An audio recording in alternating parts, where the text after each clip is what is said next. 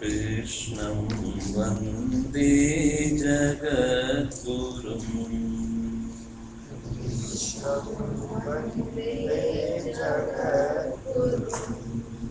Krishnam Vande Jagadgurum.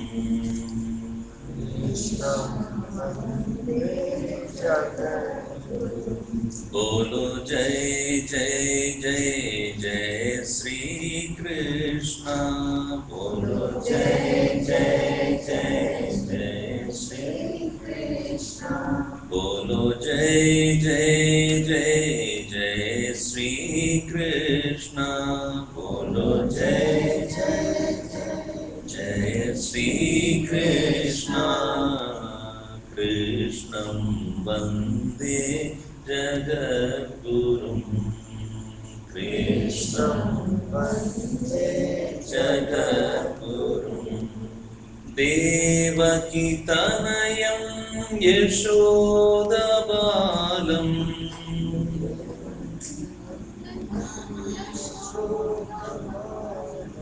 Devaki tanayam Yashodabalam. Yashodabalam Radha Manoharam Rasavilolam.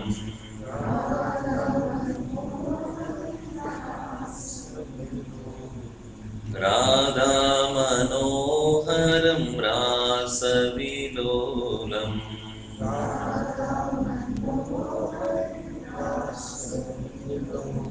Bolo Jai Jai Jai Jai Sri Krishna.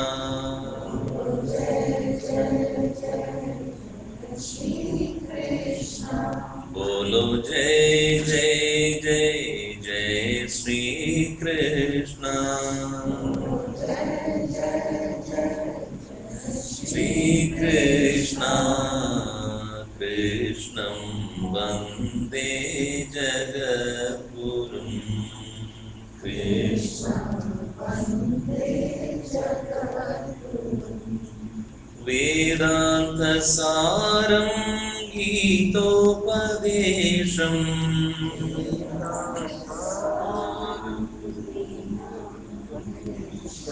Vedanta Saram Gitopadesham.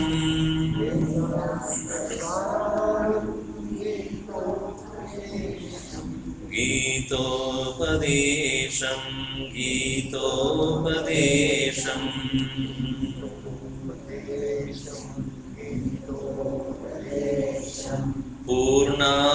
Purnavataram Krishna Gopalam.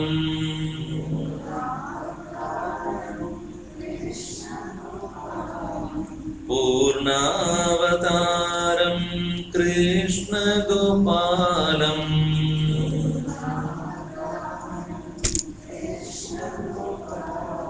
Sadhu Samrakshakam Radhe Gopalam. Radhe Gopalam. Sadhu Samrakshakam Radhe Gopalam. Gopalam. Bolo Jai Jai Jai Jai Sri Krishna.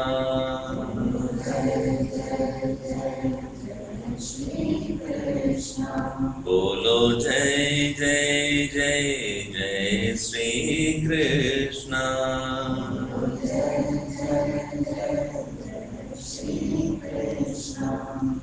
Krishnam Vande Jagadgurum.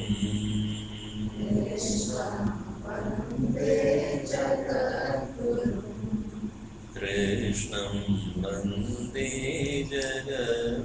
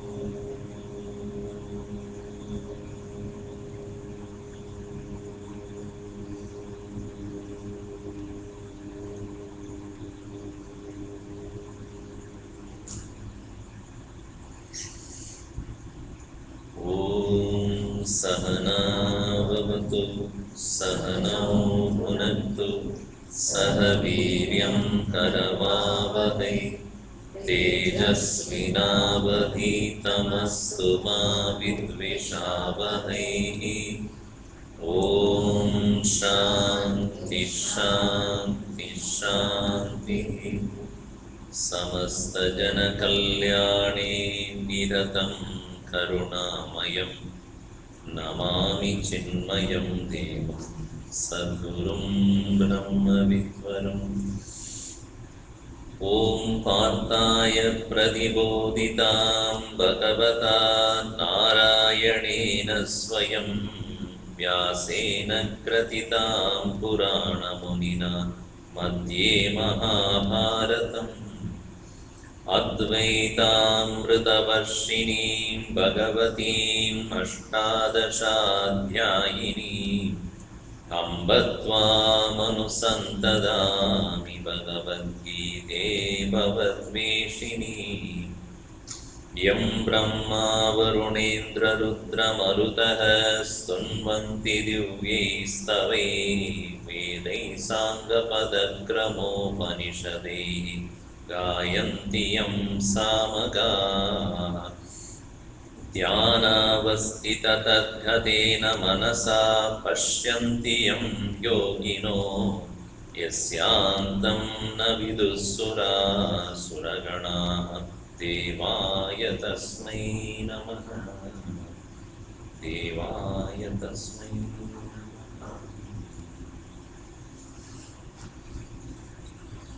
Arjuna's question was, if all of them, let us say, hypothetically, are doing their own given duties, which yesterday you said, that's swadharma. Swadharma means one's own duty, that is according to one's vocation of life. If one is in the student life, then one would be having the duty of studying, serving the teacher, learning. One who is a householder, then one should take care of one's own household responsibilities, taking care of the family, the society in which he lives. One who is in the third stage of life, where an individual has become free of the family responsibilities, then doing his duty of prayer, meditation, etc. And the fourth stage is the stage of renunciate or sannyasa.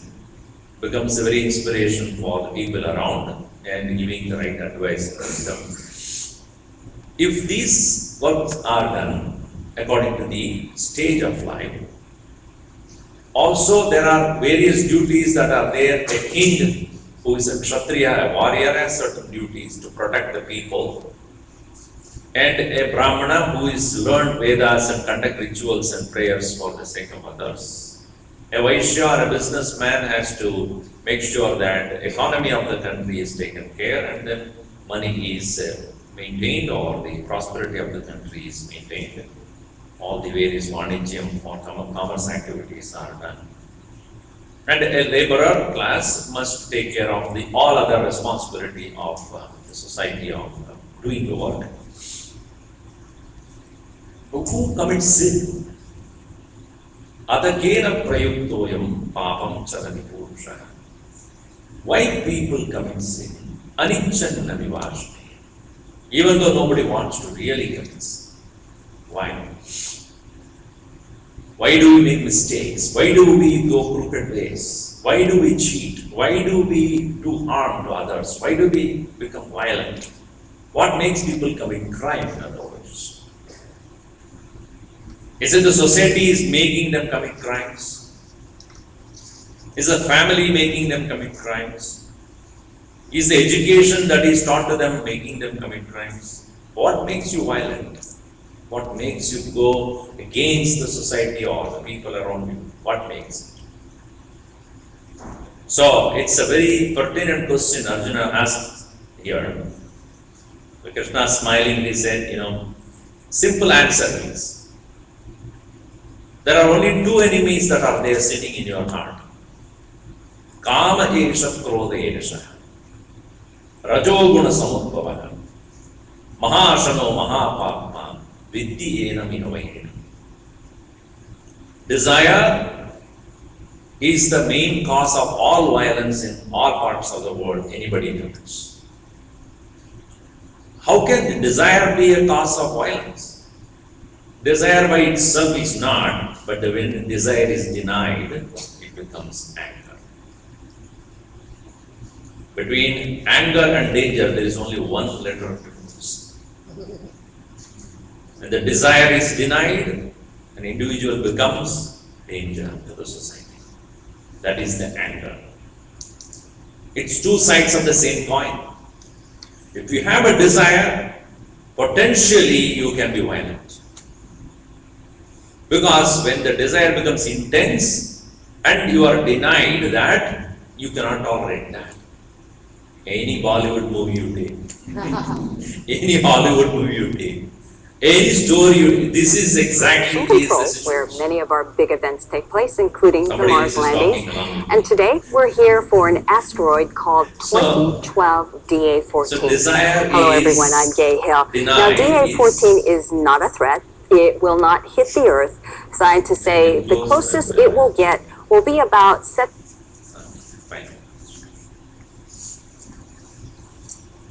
So he says, Mahashano Mahapapma. What it does is it consumes you. Maha-ashana. Ashana means to consume. Maha-ashana, it just consumes you. Mahapapma is the greatest sinner that is there. Viddhi-enam iha vairinam. This is the greatest enemy you have, potentially sitting in your heart. So Arjuna obviously asks, where exactly is the desire sitting in my personality? Where exactly? Then see, because he being a warrior and he wanted to attack the enemy, that is the mentality of any warrior. Tell me, military man, tell me where he is, I'll shoot him. Where is the desire sitting?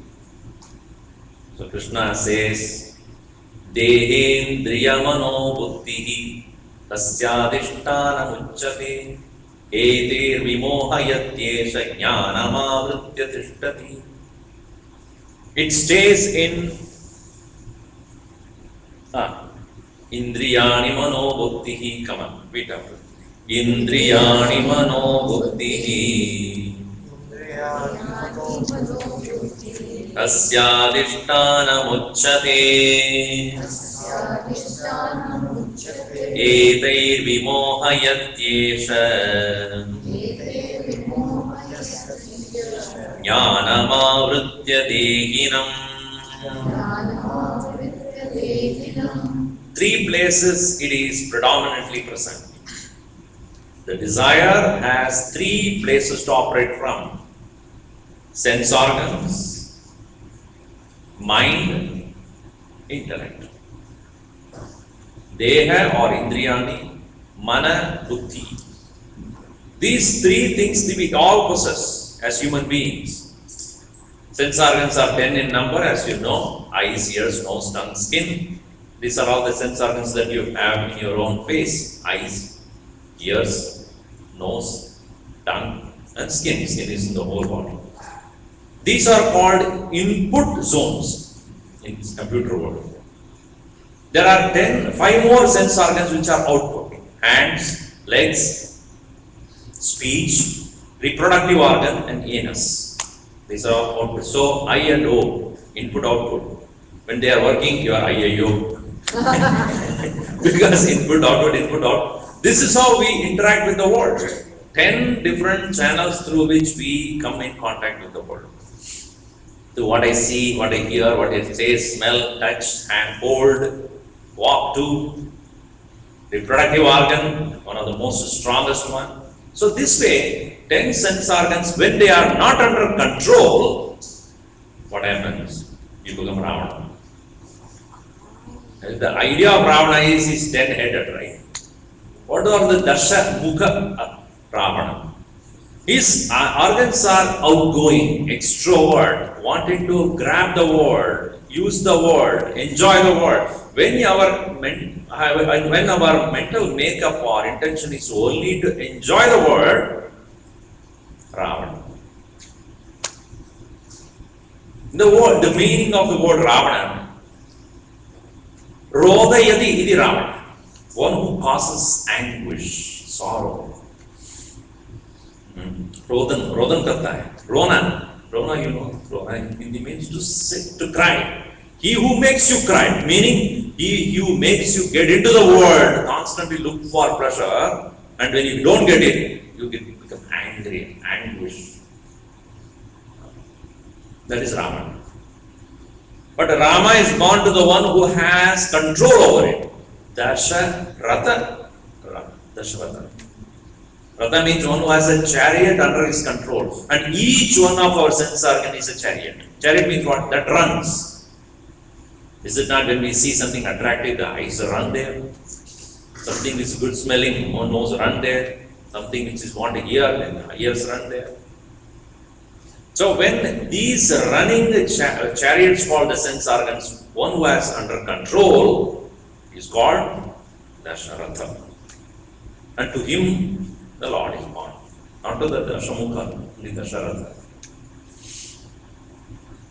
So the first qualification for a person who would like to walk the path of spirituality, it is said, Shama Dhamma Uparati. He should make sure that his mind is under control, it's called Shama. And also his sense organs under control, called Dhamma.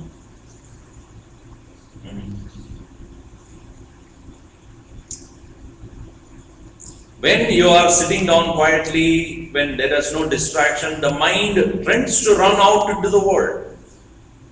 Or when you are in the world, then the world tries to come inside you.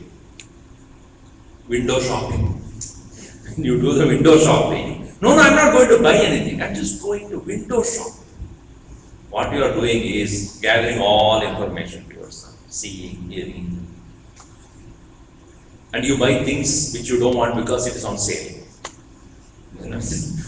So when your world is getting into you, then also mind is disturbed. When you are sitting quietly, when nothing else is there, mind itself is running out, seeking for things.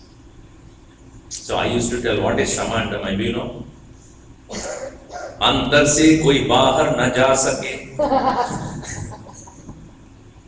Bahar se koi andar na ja sake. You know the song, right? Andar se, meaning from the mind, bahar na ja sake. It doesn't go out. And bahar se koi andar na sake. Socho kabhi aisa ho to kya? That's called uprati. Where the mind doesn't run out through the senses, nor the sense organs bring to disturbing things to the mind, then you are Dasharatha. Otherwise, Dasharatha. Essentially, desire therefore starts with sense organs. How many of you want coffee now? Yes? You know, I have put that idea into your head now. At the end of this program, you will be given a coffee. So then your mind, coffee. It keeps running on that. So when I am giving an idea to you, your mind starts working on it, it starts multiplying the thought. I hope at the end of when Swami starts talking, then I hope they will give some coffee. At the last day, at least they will give that.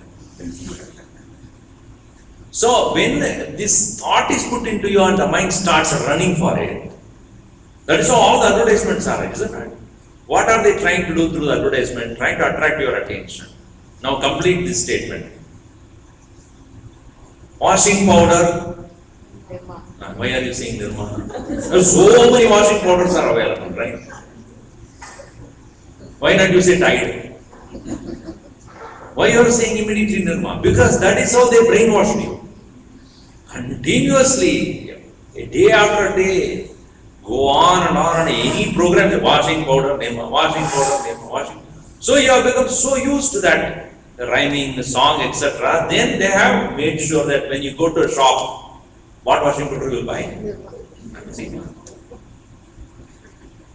That way they have brainwashed us. Marketing is all about my brainwashing.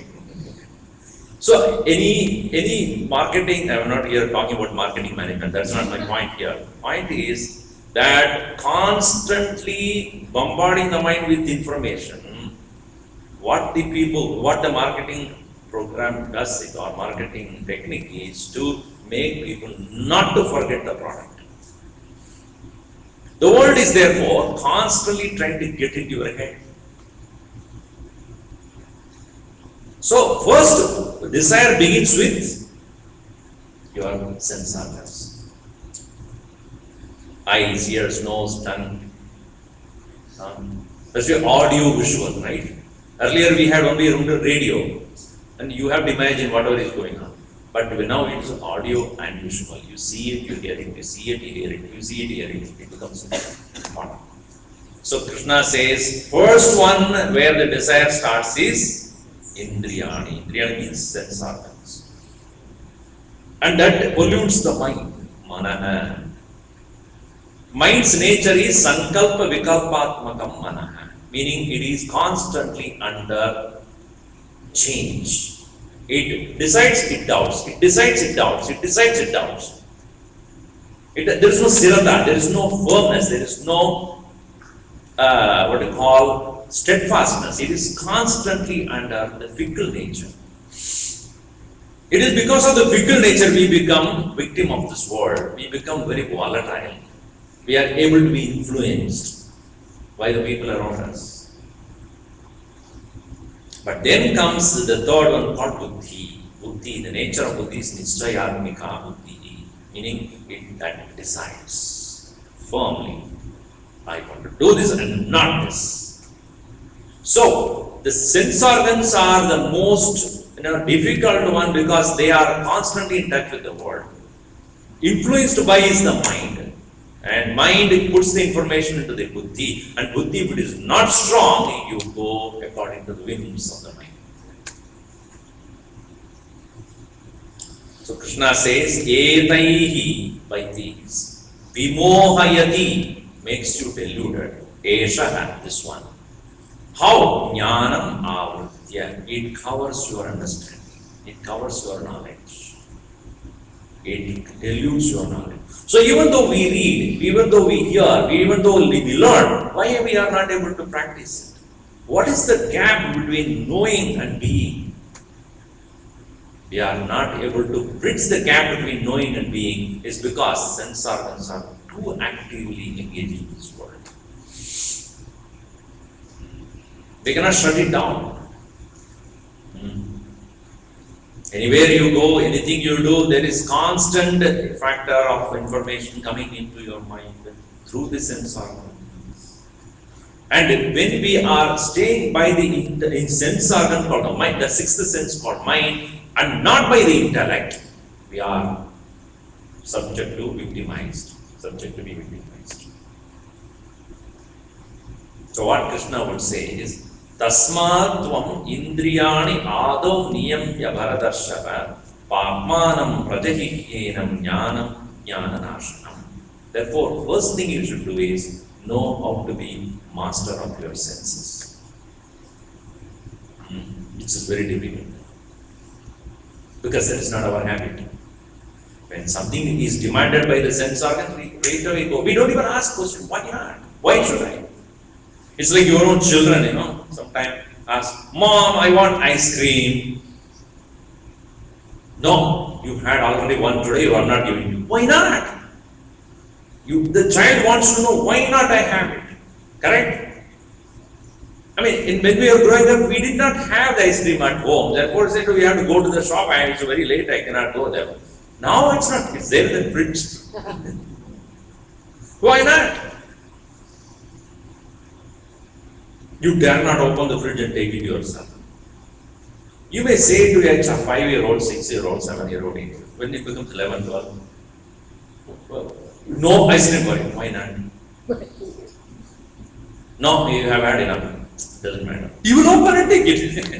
Because now he is capable of denying you. So, when our sense organs are not under control, we ourselves see our own hand going there.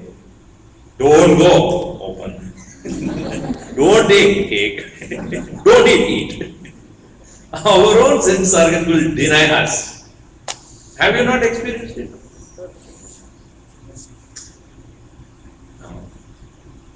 The reason is that we do not have the desire to be free. We are constantly put under the control of the senses. Because the pleasure that comes out of the senses are quick and fast, we do not have the inspiration to go beyond that. That is the reason why a student should stay in the proximity of a teacher who is master, who can teach him how to master the senses. In spite of the thing in front of you, he will say no, not to prove to anyone, to prove that I am the master, not that. That's the most difficult thing. Well, nowadays it's not that you don't have them. Earlier you did not have it. Now you all the luxury and all the availability, every time, every day you can have sweets and ice cream. But it's your health that if you are concerned about, then you say, no, I'm not going to have it.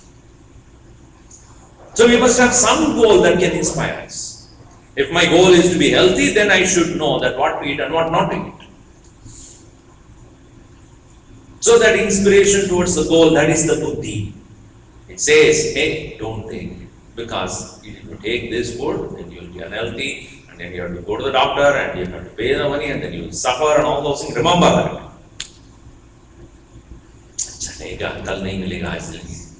That is our justification.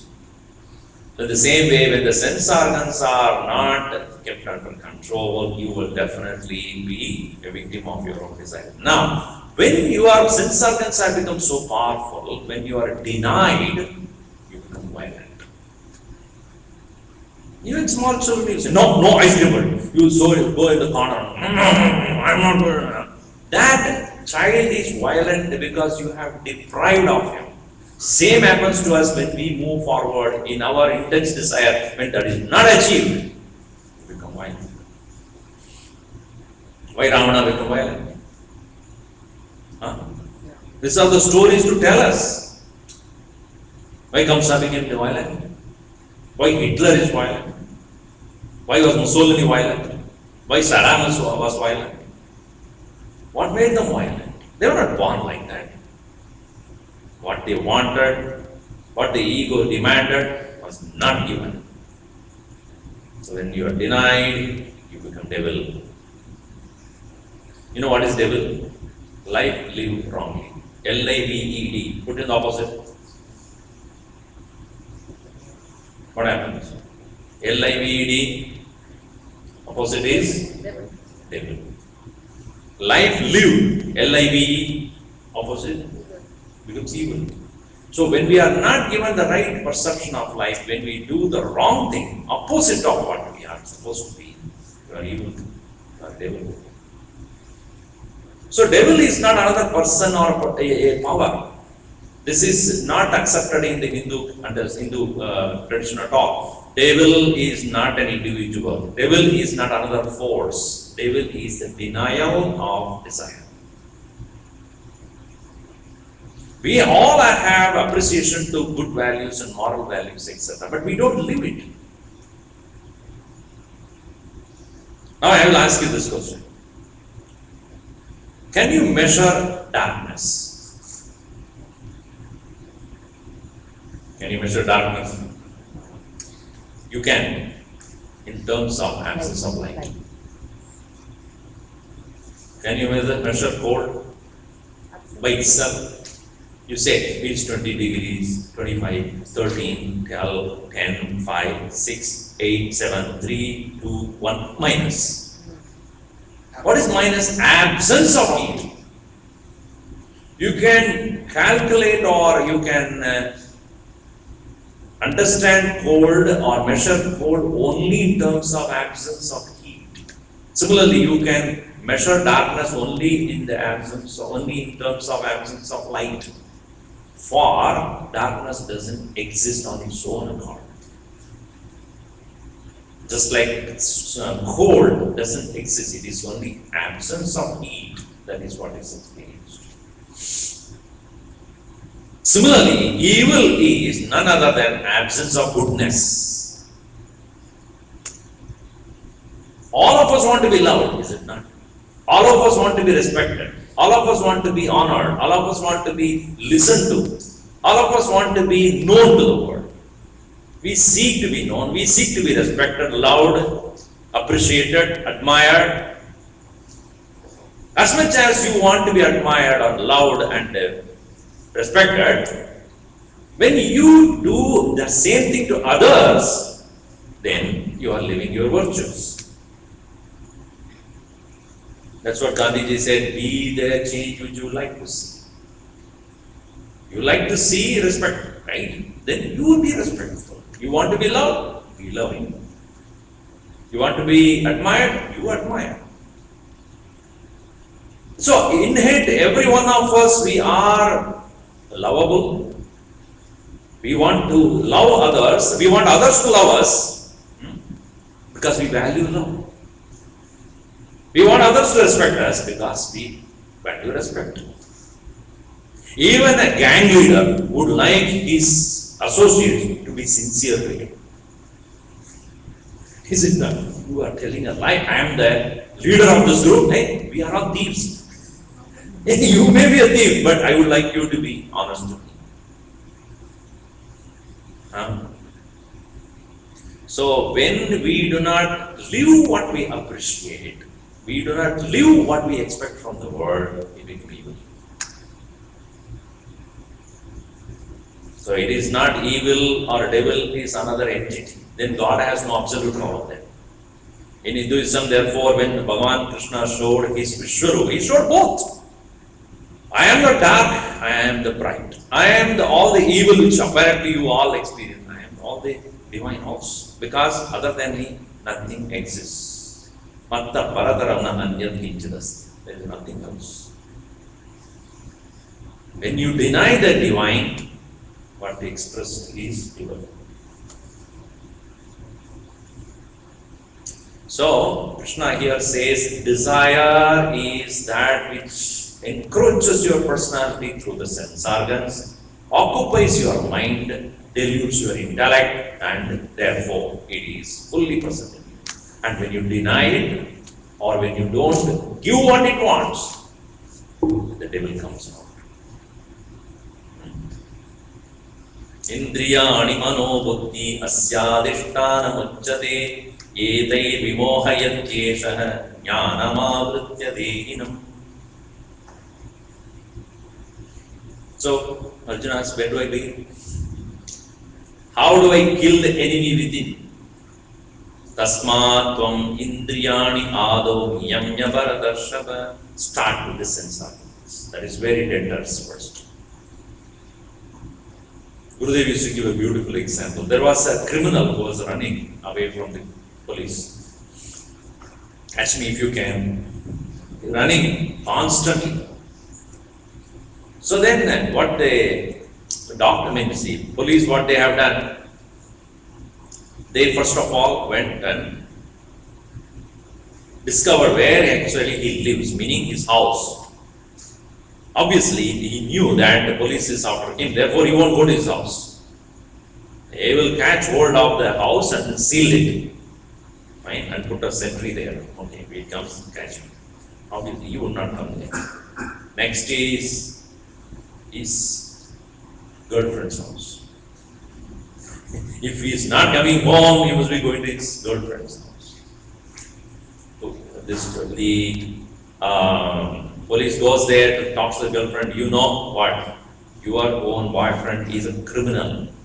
Make sure that you never have any kind of connection. If you have, please tell us, we will have to catch him. What she would do immediately, she will call him, don't anywhere show up here. There also one sentry is put there. What is the third place where he would go? Mother's house. So they don't go to mother's house, they will stay outside, watching. Opposite to the house, there will be one fellow, ordinary dressed. Because that's the last place he will come. Right? In the same way, we have to first of all capture his original home, sense organs.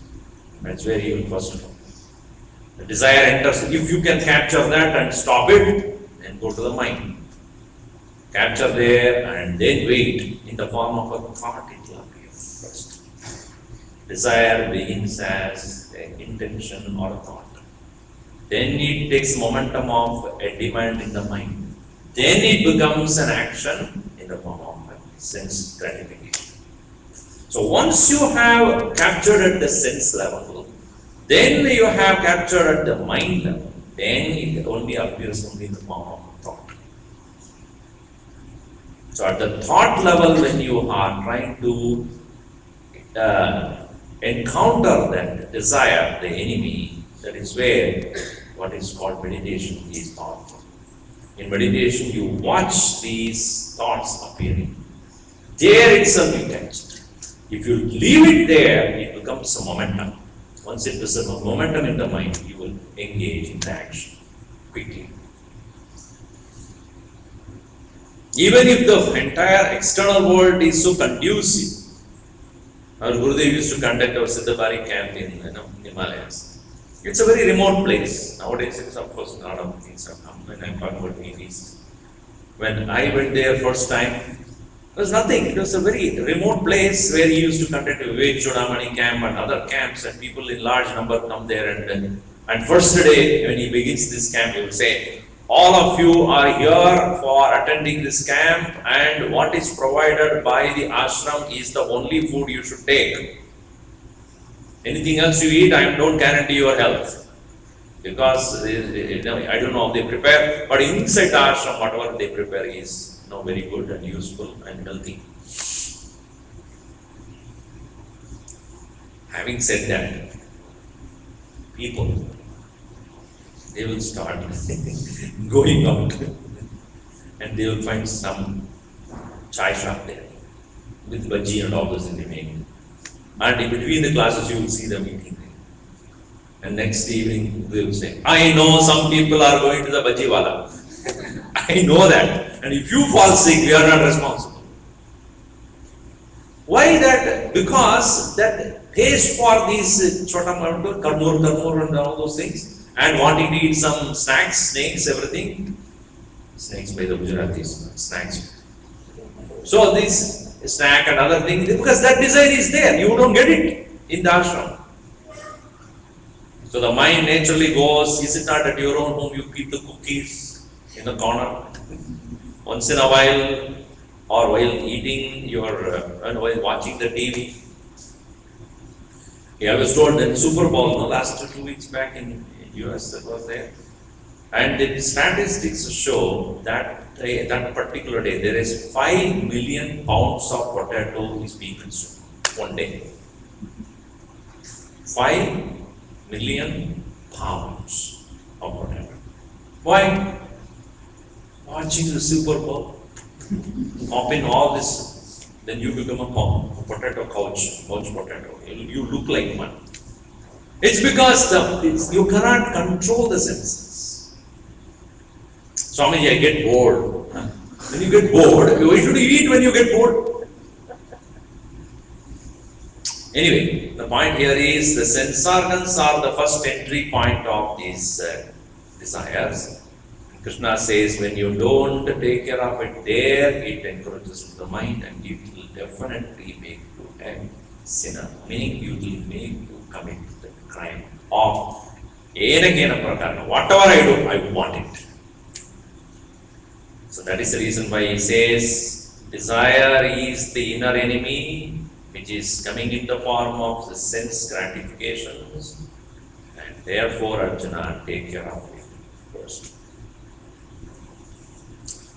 This is the end of third chapter. More of the third chapter, I think you will be discussing in the month of May when you will be here. You will go into the details of all that verses in third chapter. Now, Arjuna, having heard all these beautiful advice from Krishna, he was a little apprehensive. Krishna, are you telling this knowledge to me for the first time? Or you have taught this many times? Understand, Arjuna looks at him as another human being, a living being, another elder to me, maybe more wiser than me. He has a greater knowledge than me, but still he thinks that he is my elder cousin. So Krishna smiles at him and says, you know, Arjuna, I have given this knowledge at the beginning of this universe. When I first created the sun, I gave this knowledge of karma yoga, meaning doing your duty and growing from there. That I have taught during the time when he created this universe. So Arjuna looks at him with a very doubtful eyes. You, during the creation, you are just 20 years older than me. How can you be the one who gave this knowledge at the time of creation? Arjuna and Krishna says, you don't understand one thing. I was there even before creation. This knowledge I gave to sun. Vivaswan manave praha manurikshvagave abrabid. This Vivaswan son gave to the first human king called Manu. Manu gave it to his son Ikshvaku. Evam parampara prapannam. This knowledge has been passed on. Rajarshayo viduhu. All the Rajarishis know. Sakalena mahata yogo nashtaparantava. Because this knowledge is not practiced by the following people, it lost its value. And therefore, I have come to restate the same thing to you. So Arjuna looks at him again with a doubtful eyes. You coming again with what? So Krishna says, I am an avatar. Oh, you are an avatar. You have seen the movie Avatar, right? The word means, ava means down, tara means to come. Avatarati means coming down. We are all avatars also. We have our own avatar, Yahoo avatar. You might have seen that. Avatar means taking a form. The soul taking a form, that is called avatar. When it is from the top, from the higher level to the down level, it is called avatar. So the Lord, who is divine and sublime and the most auspicious, when he, for the sake of teaching the people, when he comes down to a human form, he has to behave and act and do like a human person. So Krishna says, I have taken the human form for two purposes. As he says in this next verse, Paritranaya sadhunam Vinashaya ca dushkritam dharma-sammüòha-cetäù sambhavami yuge yuge. Two purposes for which I come here. Sadhunam paritranaya, to protect the good people who are trying to live the moral and ethical values and the spiritual path. Dushkritam vinashaya, to remove those people who are evildoers or living an evil life or doing the wrong things. Vinashaya ca dushkritam. And by doing so, what I am establishing is dharma. Dharma-sammüòha-cetäù. To establish what is right. Again and again, yuge yuge, in every age, sambhavami, I come into being. So my purpose of coming here, Arjuna, is not just to live like any other human being. My purpose is very clear. That is the reason why when we, in our life, when we know the higher purpose of life, we have no more complaints about the world. We have no more strong likes and dislikes that can distract us. We will gaze straight, go to that goal and complete it. Just like a person who is playing a game of football or soccer or any other game. He knows what should he do? Defeat the enemy. Is it not that is why he enters into the sports field? With all his training and other things, come on. Today, I am here to the next 40 minutes, 50 minutes or 1 hour. My purpose is to win the game. Of course, with all the rules and regulations I follow, but purpose is make sure that he doesn't win. I will prove that I am more skillful than him or her. So when that 45 minutes of the game, when you know what is that you're supposed to do, then there is no distraction. Whoever is watching, whoever is clapping, whoever is not clapping, you don't care, do you?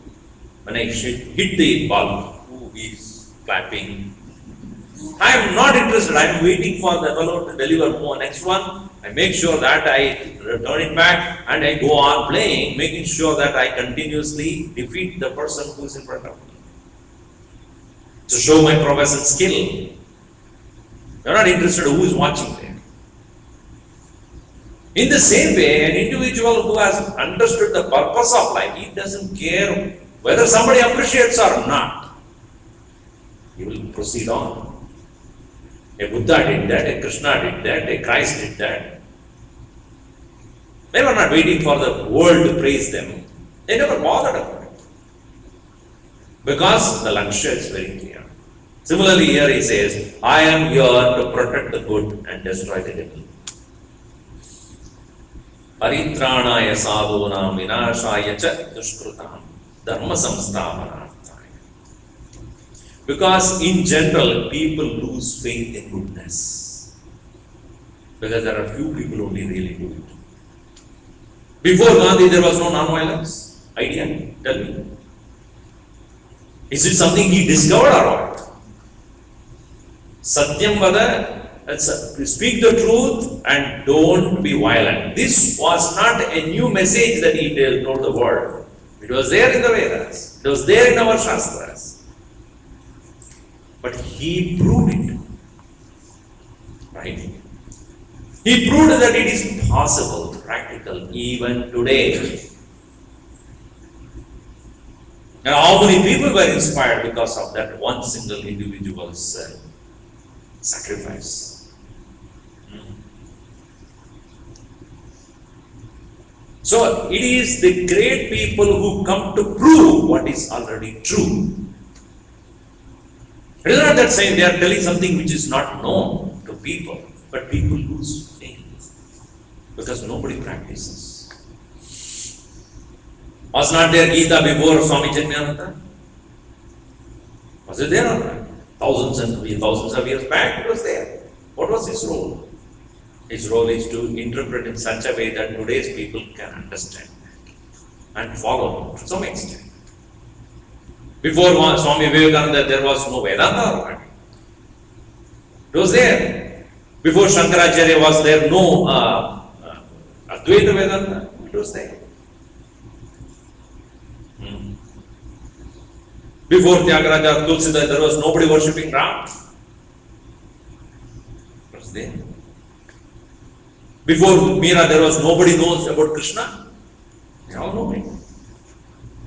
Is it not true that they want to prove it again? That what you have forgotten, what you do not have faith, now rekindle that faith. That's what is called avatar. You say avatar Purusha. What do you mean by that? They come down to prove what is true. So therefore he says, my purpose of coming here is not to create anything new. I am here to prove what is forgotten. To those people who are trying to live a moral and ethical life, if they are disturbed, and those people who are doing the evil or the wrong thing, they become apprehended, then I need to come to prove to the world that it doesn't last long. The evil or the devil or the wrong things cannot last long. Because, now I'll tell you one simple thing. Can you tell a lie without knowing the truth? Quick! Can you tell a lie without knowing the truth? If you tell a lie without knowing the truth, you are even forgiven. It is according to law. I don't know.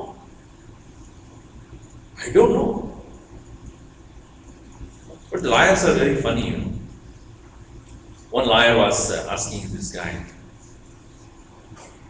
tell me yes or no.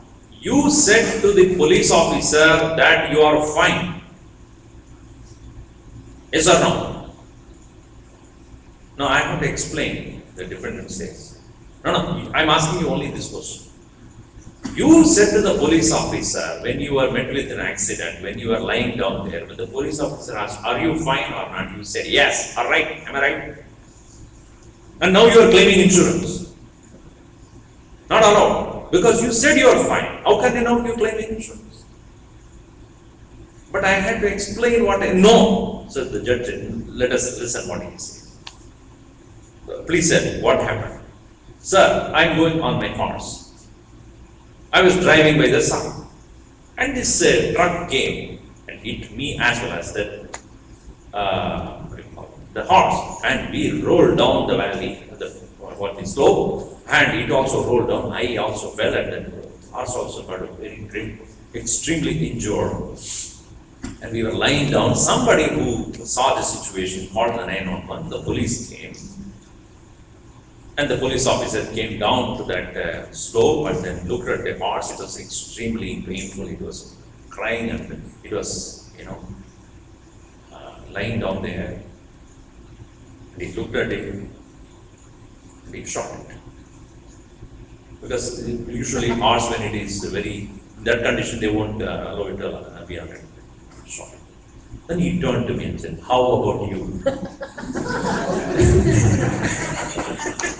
I said, I'm fine. Now tell me, what should I say at that time?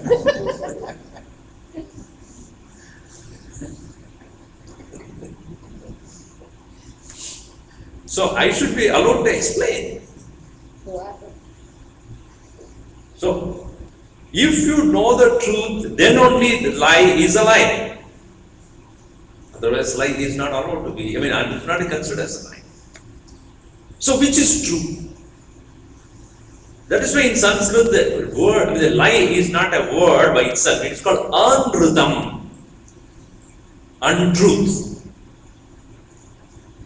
It's a word in Sanskrit, anruta, means untruth in English. Not the truth. So the falsehood or the untruth does not exist. It is only denial of the truth. Understand?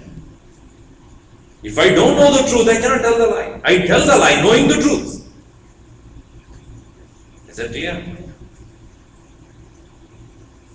So people who are following the path of truth are not allowed to do that. And the people who are living by untruth and unethical immorality, they overpower them. What should I do? Lord says, I want here to prove the truth prevails. That is called dharma-sammüòha-cetäù, to prove the truth prevails. And I have to demonstrate it by removing those people who are living the life of untruth and protecting those people who are with me to prove the truth.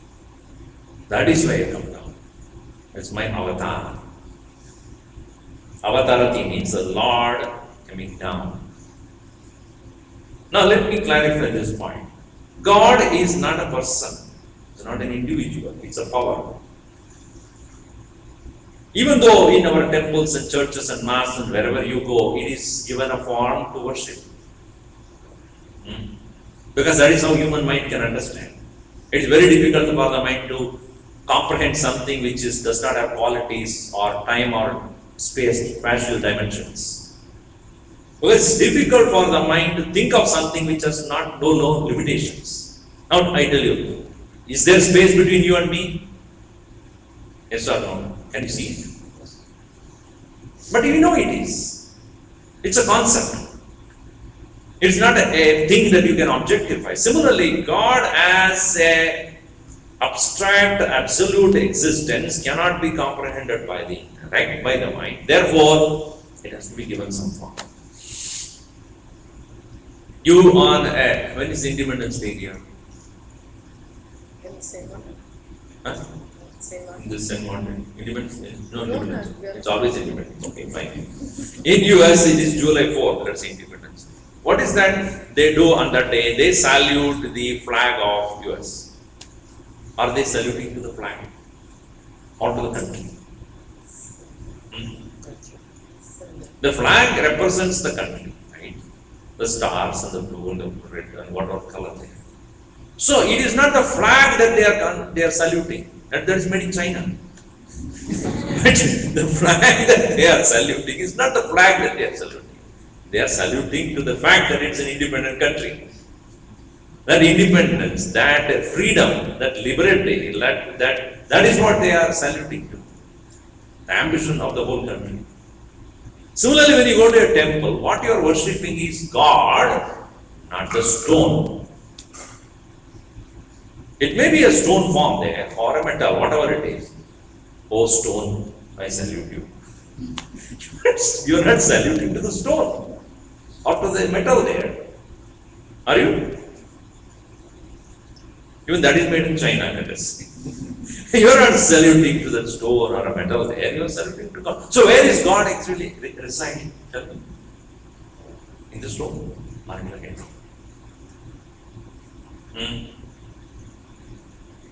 So you let us say your own son or a daughter is living in some other country or somewhere, you have the picture of them in the above the TV. You look at him. Oh, I don't know. Now, you are looking at this, at the picture and crying. You are looking at the picture making you cry. The thought of your son or thought of your daughter. Understand that, therefore, when you go to a temple or any other place where you are worshipping God, you are worshipping God and not the stone. So, Krishna or Rama or whatever be the form that you worship, it is nothing but that presence, that power, that being, which is in you as well. But if we are unable to comprehend that because it is dimensionless, you need an external support. That presence which is, be careful in this point, that presence which is there in all of us when it takes the form, that is called avatar. Who wants that God to take that form? You and I. That very form, that presence, the formless presence which is in all of us, when we invoke its presence to be in a form to protect the situation, it becomes manifest. And if you and I do not want it, you will not come. So the good people who are walking the moral values, when they are not allowed to do so, out of their own prayer, this presence, dimensionless presence, takes a human form. So what does that God represent? You, me, and every one of us. Just like the flag that is fluttering there, represent each one of the people who are the citizens of that country. What is a country? Is it a geographical place? No. It is ambition and thoughts and the expectations and the goals of the people who are living there. Is it not true? So then you should understand avatar is not some God who is hanging around there up in the clouds looking at you, okay, let me come down now. It is not. Ishwar, when you say the very word Ishwar, means one who is the master. Master who is sitting in everyone's heart. This one should recognize very carefully. So where does the God work from? You and I, you, she, he, and all of us together are made to work together to make things happen. So God works through every one of us. One should recognize that power which is hidden in all. That is why it's called Buddha. It's called God. God is that hidden. So that is the reason why Krishna makes it clear. I come down means not as the power or an individual who is coming down. I come down for the purpose of making people who are walking the path of morality, spirituality to be protected. Just like we have the position of a president of a country. Is it the president? Is it not a position or a power? It's not a person. Person is an individual who is like any one of us. What gives him power? We gave him power. The parliament gives him power. We as individuals have elected a person to represent all of us. When somebody, Obama or somebody says, okay, I don't accept the nuclear power of North Korea. When he says, he's not telling us an individual. He's telling us the whole country. Is it not that? Obama says, when he says, it is US, he's saying that. It's not an individual opinion there. In the same way, the Lord, when He manifests, He is manifesting as our own being. Our own being is manifesting there. Therefore, Krishna says, I come here for the purpose of protection of the Guru. That is called avatar. Is that clear? So, because the 4th chapter is about that. So, Krishna, having said this, Arjuna looks at him. You talk about God's presence in all of us all the time. And you also already said in the 2nd chapter, end of it, that an individual, highest vocation of, highest goal of an individual is to realize self, realize God. Where exactly we are going? Is it some place called Vaikunta? Or some place called heaven, where we go to reach and meet with God? Is He sitting there and waiting for us? According to you, He is in the heart of all of us. Yes. If that is the case, and we are busy with the world where we are doing fulfilling our responsibility, how long we should go on like this? When does it end? I am a husband, I am a wife, or I am a parent, or whatever. I have so many responsibilities to fulfill, and nothing ends. One is over, another comes. There is no end. Till the last breath of my life, I can go on doing this. It is said that one mother-in-law was there at home, and as soon as the lady, when the son got married, and the daughter-in-law came, and then when she entered, the mother-in-law said, my job is now over. I am handing over my son to you. You take care of it, and in a question of a few months, I am out. I am quitting from my position as a mother. I am out. It's all your responsibility. So the daughter-in-law was very happy.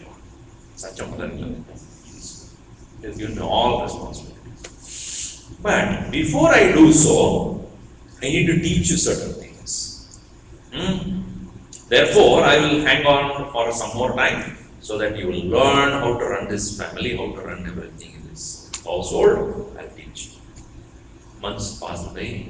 1 year is also over. The daughter-in-law was very anxious. When is that she is saying going to go by? Then one day she became brave and asked, so when is this ending? When is that you are going to finish your training to me? She said, you are my daughter-in-law, right? But you have never been a mother, you see. When you get the child, at that time, then I'll teach you how to be a mother, and then I can leave. Okay? Eventually, the daughter-in-law became a mother.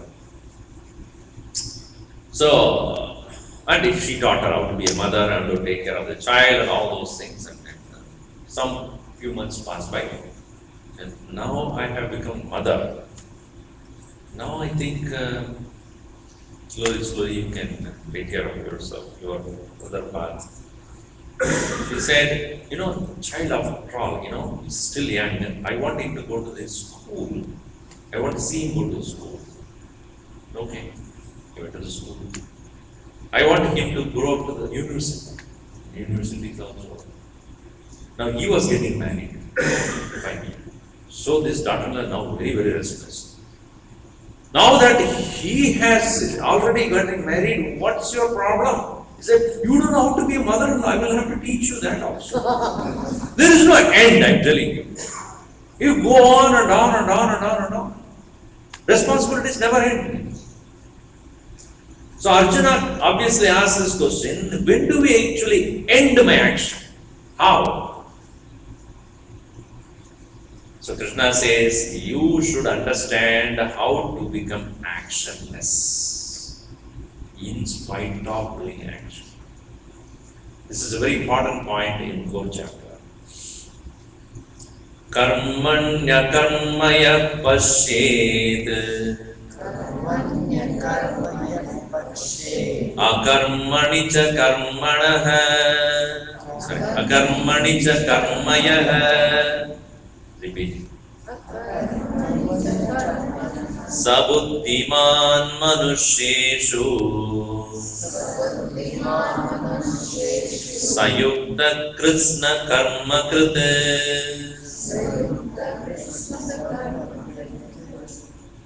Arjuna, actionlessness does not mean not doing action.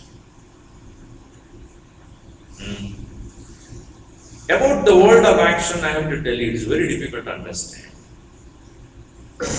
Yesterday also I talked about that. Karma, vikarma, and akarma. Karma means to do something. Kru means to do. Karma. Vikarma means what you should not do.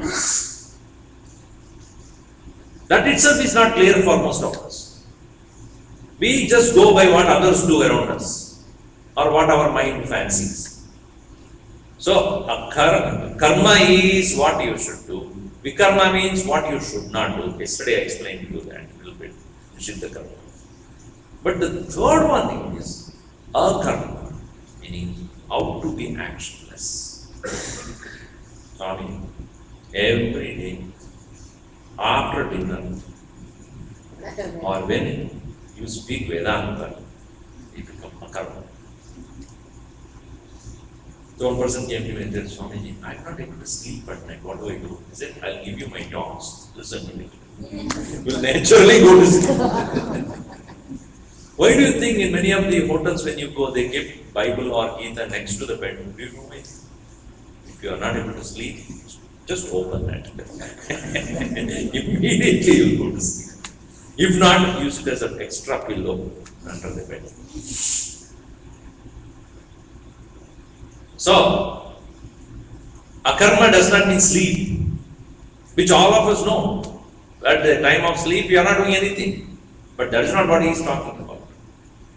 In fact, do you know, akarma is where, akarma is not just doing nothing, because even though physically you are not doing anything, there are so many things that is happening in you. Are you not breathing at the time when you go to sleep? Now are you breathing or not? Are you? Are you saying, I'm breathing in, I'm breathing out, I'm breathing in, I'm breathing in? You are not saying, it is going on. Who is doing your digestion? After eating the food, you go to the corner of a room and say, oh, I am digesting. Thank God, it is not under your control. Is it not the digestion that goes on? Blood circulation goes on. Breathing is going on. Growing gold goes on. Every part of your body is changing, that goes on. You don't do anything. So even when you are sleeping, your karma is going on. A lot of action is going on there in your body, mind, everywhere. So akarma does not mean physical non-action. So if that is the case, I don't need to teach you. It is already you know it. Krishna is not here to teach what I already know. A teacher is a teacher who can make us learn something which we do not know, but we should know. There are so many things we do not know. That doesn't mean a guru has to teach you all that you don't know. No. He teaches you that which you do not know, but that which you should know. So here the teaching is about what is karma, what is action, what is vikarma, viruddha means what should not be done, and third and most importantly, how to reach that actionless state.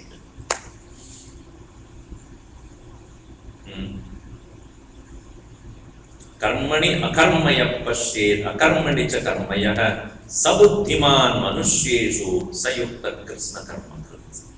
He is considered as the most wise person, buddhiman, who can see actionlessness in action and action in actionlessness. So obviously Arjuna asks, if a person is acting, he is acting. There is no inaction there. If somebody is not doing anything, he is not doing anything. What is this you are talking about? How to see inaction in action and action in inaction? If I am walking, I am doing an action. What is actionless about this? And I am sitting doing nothing, I am not doing anything. What action is going on there at that time? Krishna smiles and says, okay, now let me tell you one thing. I have given this example to you before. Anyway, I will recall this again. When you are standing facing the east, the sun is rising, correct? Now tell me, sun is rising. You told me this before. Sun doesn't rise. So, is there action taking place in the sun of rising? Yes. Yes, sir. It is not. But what are you seeing there? Sunrise.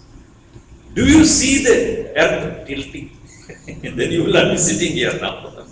Even now the earth is going at such a speed, rotating on its own axis and then going around the sun. Do you feel it? Do you experience that? Is it not true? Therefore, in the action, you will see no action. In the actionless, you see action. Correct? In the actionless sun, you are seeing an action. In the actionful earth, you see no action.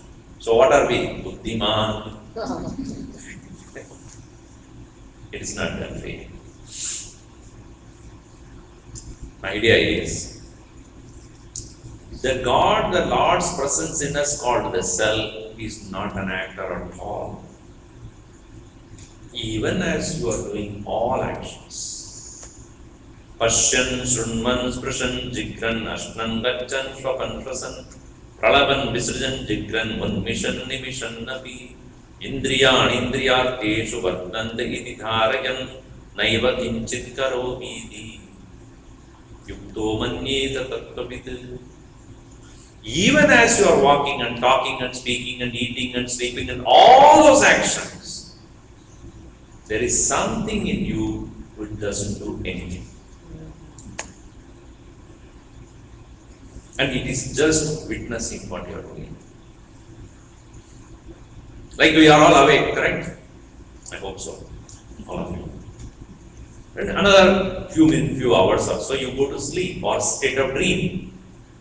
And then you go to sleep. And when you wake up, you remember your dream. And you remember the time when there was nothing. There is no thought, no emotions, no feeling, no experiences. Can you not recall them? Can you recall your dream at the end of the dream or not? When you wake up, oh, what an exhausting dream it was. I was running for my life because there was a tiger in the forest and I was running because nobody else was there, and suddenly there was a big, huge opening and I fell down. It was a well, and a splash of water came on my face and woke up only to see my wife is standing with a handful of water. Come on here. And that tiger was gone, and another tiger was there in front of him.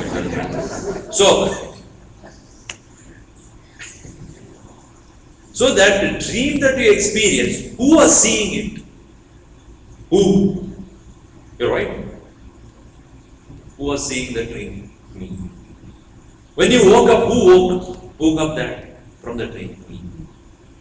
One who was sleeping, that was also me. So I was the one who was awake before I went to dream. I was the one who saw the dream, and I was the one who was sleeping, and I am the one who is able to recall all this. That means there is something in me which is witnessing all these experiences, even though they are contrary to each other. When I was awake, I was not dreaming. When I was dreaming, I was not sleeping. When I was sleeping, I was not awake. So various experiences I was going through, but something else was watching all these things. And the Upanishad says, that is what you really are. That is what your God's presence is. The God's presence is that witness within me, and He doesn't participate in anything that goes on. He witnesses constantly. And that, when you identify yourself with that, then you become actionless. In the midst of action, not away from it. While engaging in action, you can shift yourself to that. Like when you are watching a movie on a big screen, beautiful things are going on. Let us say there is a beautiful garden and they are showing that all, or somebody is running and somebody is shooting and the car chase is going on. In all these things, the screen is not doing anything. The screen or a wall is wall, and on that everything is going on. Now, when I say to you, come on, instead of looking at the movie, look at the wall. What you should do? Pranayama. Or Sushasana, upside down. What you should do to see the wall instead of the movie? What you should do? Ram, ram, ram, ram, ram. What you should do? What you should do? Tell me. Put the chandan, kumkum and all those things. Now I can see the wall. You don't need to do any one of those so-called religious rituals. You just have to shift your attention. Not that too, again, it is not the eyes you have to close or anything. Attention should be shifted from the movie to the wall. Correct? Do you have to do anything else? From action to inaction. Isn't that? What else you should do? To recognize what I am seeing is a wall and not the movie. I can choose to see the movie also. I can choose to see the movie, or I can just choose to see the screen. Choice is mine. When I choose to see the movie, I get moved. All the emotions. When at that time I move from the movie to the movementless wall, everything stops. Meaning, all that experiences that I am going through becomes mere mental occupation. So Krishna says, where there is action, there itself is actionlessness. When you shift from yourself, from the individual being to that self, at that very moment in the action, you see inaction. Karmanya pashet, karmani in action, akarma in action, pashet, one who sees. He is a buddhiman. He knows how to shift. See, such an individual engage in action choicefully, but he can choose to change his attention to the actions. This gives you the freedom. This gives you that as I said in the beginning of this set of sessions, from sorrows, from the suffering, you can choose to be not a sufferer. Otherwise, zindagi ek suffer. Zindagi will become a suffer. Because we do not have choice.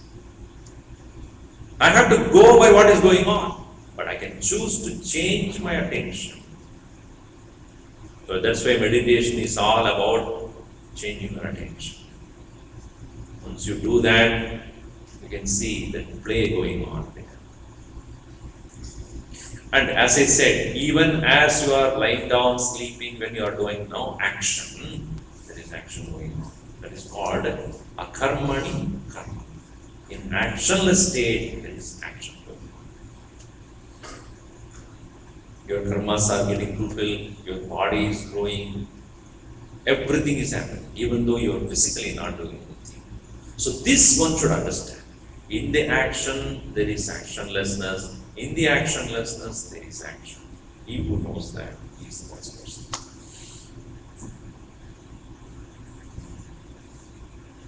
So thus, Krishna has so much to offer through his teachings in Gita. We just saw the tip of the iceberg. Only a small part of it, a taste. Because the amount of wisdom that he imparts through his discourses to Arjuna is immeasurable. We can go deeper and deeper, and you will find that there are so many things we can get revealed to. Obviously, when we can recall and live, our life can undergo a lot of changes. And that manifests in the form of peace, love, compassion, because your vision of life keeps uplifting. Daily routines and chores become, let it go on, but that does not become your priority. You may do it, but your priority in life becomes free, to be peaceful, to be joyful, to be happy, to be compassionate, to be all accommodating, to be non-violent, to be able to see beyond what eyes can see. So thus we have completed, I think, 13, even though it's not a very auspicious. But I was told St.Maarten, his auspicious number is 13. Somebody told me, but I was oh, Sikhism. Sikhism 13 is very auspicious. Because sab tera is. When you do the tera, you are giving to the Lord tera. So that 13 we conclude, and we will see next time whenever I come, we can continue. So keep the paper with you so that you can read through it when you come next time.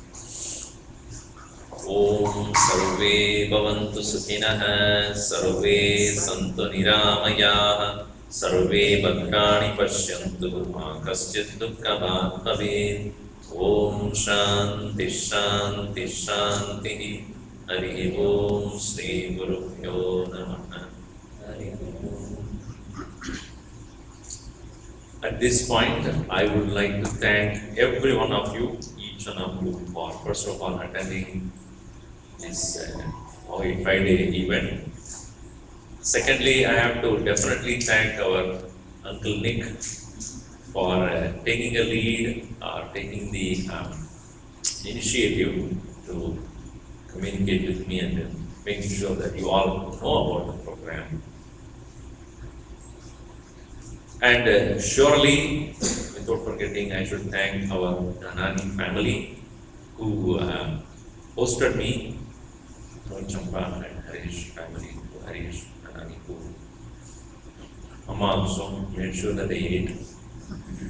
So they very lovingly hosted me in accommodating my needs, etc. That was very nice of them. And each one of you who have offered your bhikshas, showed your hospitality warmth, I'm very, very thankful to each one of you, I'm sure. I will miss you all to meet this time.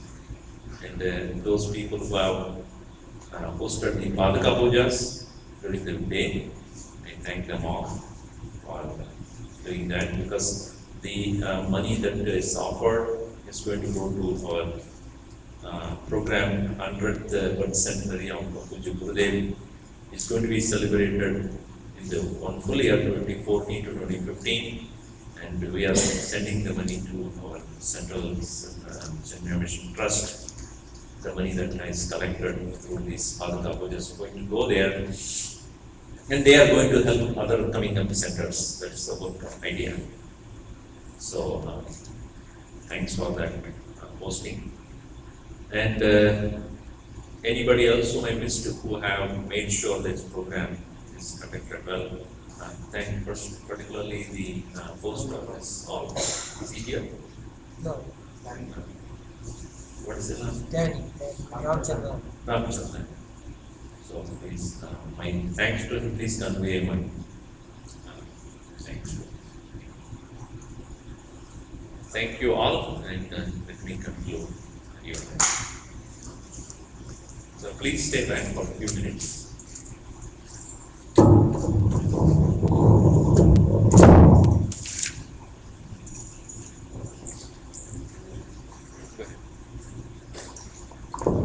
I'd like to thank Swamiji for taking so much time from his busy schedule and also when he saw his itinerary on the web. And he's amazed that Swamiji is doing all this almost from here. He leaves tomorrow and start the program tomorrow in Miami. So we really thank you for coming here and giving us, really enlightening us and making our few days here really heavenly. Thank you again. We have in future plans for inviting Swamiji, but we have also other Swamis coming to visit us. I think it's May 30th to June 4th. 29th, yeah. May 29th. Wednesday 29th. Yeah.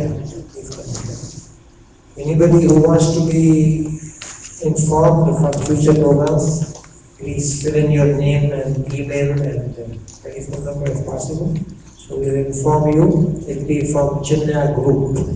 And you'll be sent email whenever there's a program. And people who have any wish to give Swamiji any good lakshana, they may come and take the blessing. So, Now all of you come. okay. Please come. Quickly. Thank you for being there.